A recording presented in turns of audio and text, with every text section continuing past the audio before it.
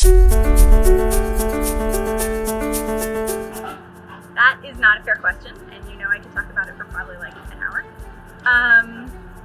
There's a lot of things that I love about it, and they're different. I think one of the things I love the most about it is that it is really different. There's a lot of different pieces to it, and so it really lets me use all of myself. There's obviously the people portion, connecting with people and helping them with their goals. There's the whole financial part, which I love. It lets me use that part of my brain, the investor part that wants to figure out how to put the deal together, and the Rubik's Cube. If we turn this over here, what happens over there? A game of Tetris. The houses themselves, which I've always loved. I think having a dad for a contractor for a dad, I love the houses themselves. I've always had this sense of these sort of forlorn houses that haven't been loved, that now, they're going to be somebody's new home, my project or somebody else's project, and they're going to be beautiful again, and they're going to be loved again. And I love that component as well. So it kind of lets me be in all of those spaces and move around from space to space. It doesn't keep me pigeonholed in the way that I think a lot of jobs, you do the same thing every day. There's so much variety.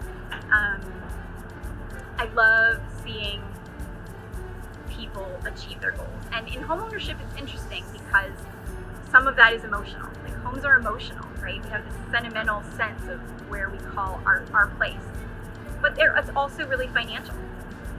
Real estate is the biggest source of wealth in this country. And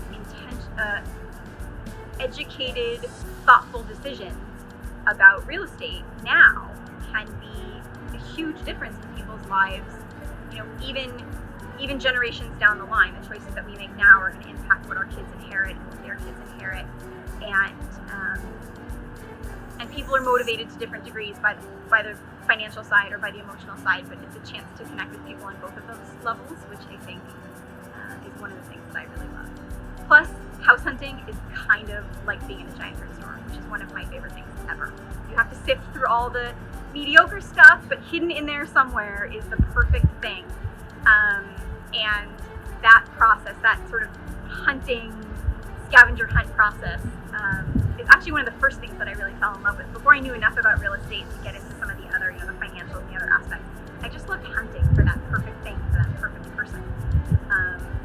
So that's up there too, definitely, when I'm working with buyers, is that idea of finding the right thing.